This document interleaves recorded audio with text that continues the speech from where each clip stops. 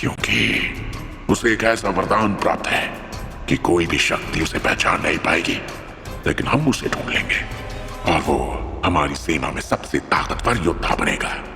नाग यक्ष के लीडर और अन्य यक्ष इस मिस्ट्री को सुनकर कंफ्यूजन में थे, लेकिन उस राक्षस की बातों में उन्हें एक योजना नजर आ रही थी। हम इसे कैसे पहचानेंगे? ये चुनौती है। इस राक्षस को ढूंढना हमारे लिए परीक्षा होगी, लेकिन जल्दी हमें उसकी पहचान का संकेत मिलेगा। अर्जुन को खत्म करना सिर्फ पहला कदम है, असली खेल तो अब उसके बाद शुरू होगा। राक्षस फिर से रेत में बदलने लगा और धीरे धीरे गायब हो गया। उसके जाते ही नाग यक्ष का लीडर अपने मेंबर्स को ऑर्डर देते हुए कहने लगा, हमें कैसे भी उस दूसरे राक्षस को खोजना ही होगा। दूसरी ओर नायरा जंगल के किनारे खड़ी थी। वो गहरी सोच में जंगल की ओर देख रही थी। हवा हल्की हल्की चल रही थी और पत्तों की सरसराहट सुनाई दे रही थी। अचानक नायरा को जंगल के भीतर से आवाजें सुनाई देने लगी। ये कैसे हो सकता है? मैं जानवरों की बातें समझ रही हूँ। उसके चेहरे पर एक कंफ्यूजन और शॉक का मिश्रण है। तभी उसे दूर से एक धीमी रहस्यमयी आवाज सुनाई देती है। खुद को पहचानो, अपनी असली शक्तियों को जानो। नायरा उस आवाज को सुनकर और ज्यादा कंफ्यूज हो गई। उसने चारों तरफ देखा, मगर उसे कोई दिखाई नहीं दिया। खुद को पहचानो, मेरी असली शक्तियाँ, ये सब क्या हो रहा है? उसने जंगल के अंदर जाने का फैसला किया, मानो कुछ उसे अंदर खींच रहा हो। जैसे ही नायरा जंगल के अंदर पहुंची, उसके हर कदम पर उसे अजीब सा फील हो रहा था, जैसे कोई इनविजिबल पावर उसे बुला रही हो। वो धीरे धीरे आगे बढ़ती गई। उसके चारों तरफ नेचर में मौजूद लिविंग एंटाइटी उससे बात करने लगी। ये पेड़, इसमें कुछ खास है। तभी उसे एक आवाज सुनाई दी। तुम्हारे भीतर छुपी शक्तियां अब जागने वाली है नायरा। तुम्हारी असली पहचान तुम्हें जल्दी ही मिलेगी, तैयार रहो। ये कैसी आवाज थी? इधर नायरा कंफ्यूज थी और अपनी नई शक्तियां एक्सपीरियंस कर रही थी, और उधर नाग यक्ष का लीडर और अन्य यक्ष फिर से इकट्ठे होते गए। राक्षस भी वहीं मौजूद था, लेकिन इस बार उसकी उपस्थिति और भी ज्यादा खतरनाक लग रही थी। अब समय आ गया है, हमें उस नए राक्षस को ढूंढना होगा और अर्जुन को हर हाल में खत्म करना होगा। जो भी हमें रोकने की कोशिश करेगा उसे खत्म कर दिया जाएगा।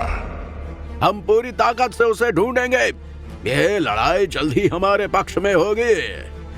उस राक्षस ने अपनी माया से एक बड़ा सा ब्लूप्रिंट बनाया, जिसमें अर्जुन और नायरा दोनों की इमेजेस दिखाई दे रही थीं।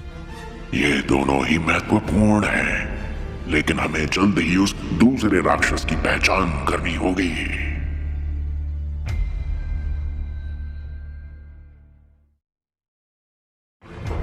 इधर नाग यक्ष के लोग अर्जुन को खत्म करने की तैयारी कर रहे थे, और उधर नायरा डर से सहमी हुई थी। चांद की रोशनी एक पुराने खंडहर में फैली हुई थी। वो चारों ओर देख रही थी, जैसे कोई उसे देख रहा हो। ये आवाज, ये क्या है?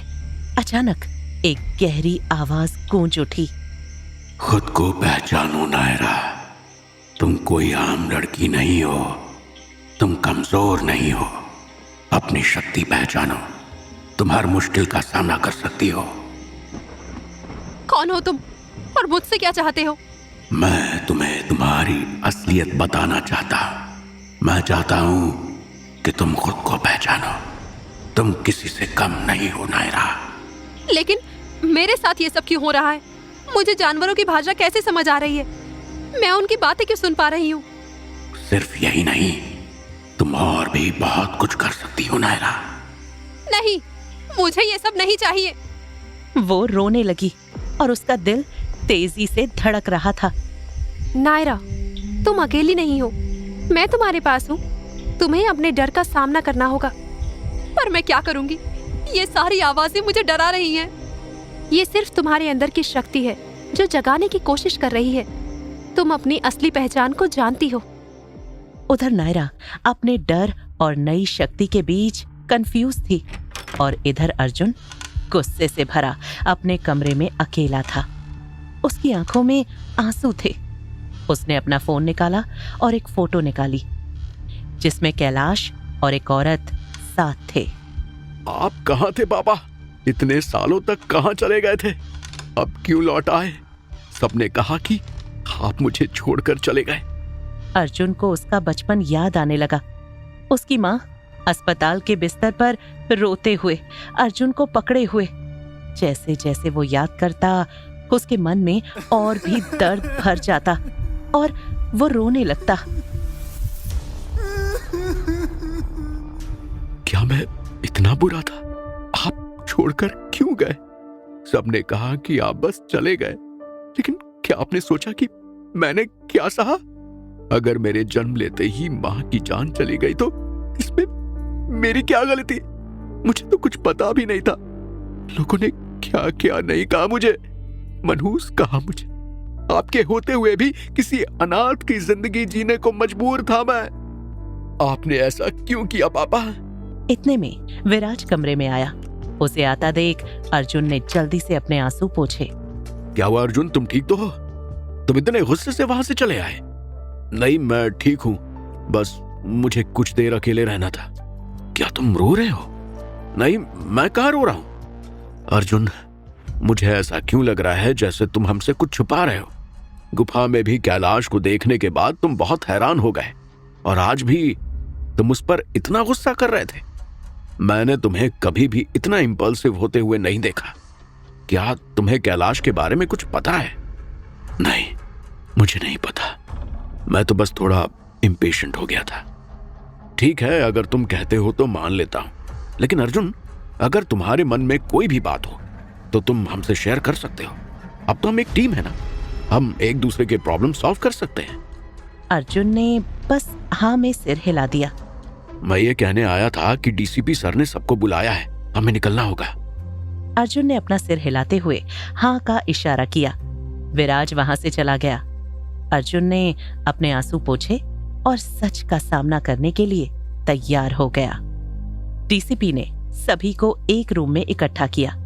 उसने काफी सीरियस लुक के साथ सभी को देखा और कहा, हम कोलकाता वापस जा रहे हैं। हम यहाँ आयाम यंत्र को ढूंढने आए थे, लेकिन हमें वो नहीं मिला। ऊपर से हमारी मुसीबतें और बढ़ चुकी हैं। जैसा कि कैलाश ने बताया, नाग यक्ष के लोगों ने किसी नए राक्षस को बुलाया है। अब वो फिर से पूरे देश में कोई नई तबाही लाने की कोशिश करेगा, इसलिए हमें पहले ही तैयार रहना होगा। सभी ने एक दूसरे को टेंशन में देखा। भोला और ईशा, आप लोग भी हमारे साथ ही चलेंगे। हम इस मिशन में आप लोगों की भी जरूरत पड़ेगी।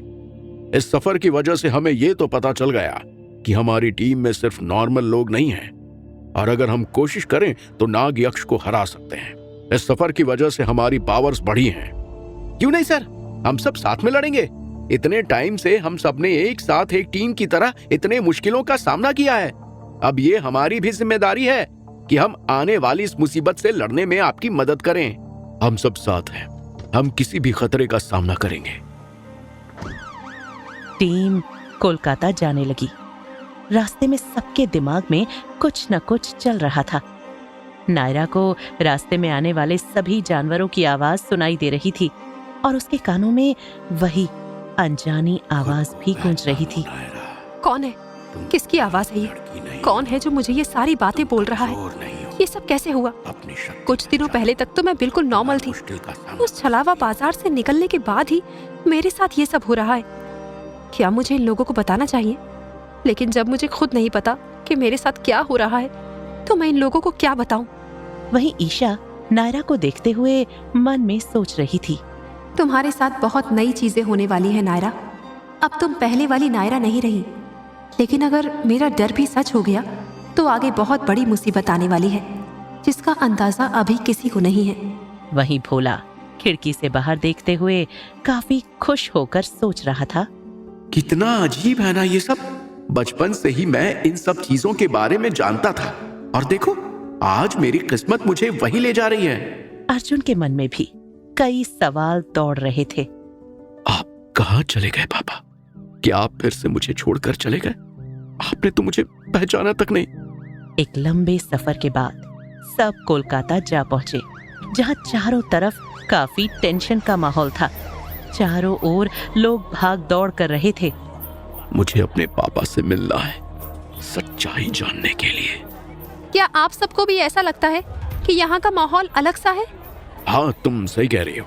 यहाँ कुछ तो अलग हो रहा है, लेकिन हमें अपने आप पर विश्वास रखना होगा। हमारी ताकत हमारा साथ है। वे सभी आगे बढ़ने लगे। अचानक एक छाया उनके पीछे चमकी।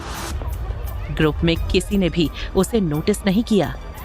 टीम अपने रास्ते पर चल रही थी। अचानक एक नए खतरे की आवाज सुनाई दी। क्या ये वही है जो हमें रोकने आया है? हमें तैयार रहना होगा। टीम एक अंधेरी गली में पहुंची, जहां खौफनाक साए नजर आ रहे थे। याद रहे टीम, हमारी ताकत हमारी यूनिटी है। हमें डरने की जरूरत नहीं है। हम इनका सामना कर सकते हैं। एक शैडो अचानक उनकी ओर बढ़ने लगी। सब चौंक गए। वो शैडो ठीक उनके सामने आकर खड़ी हो गई। उसकी आंखें लाल और उसकी हंसी काफी स्कैरी थी। तुम्हारा अंत निकट है।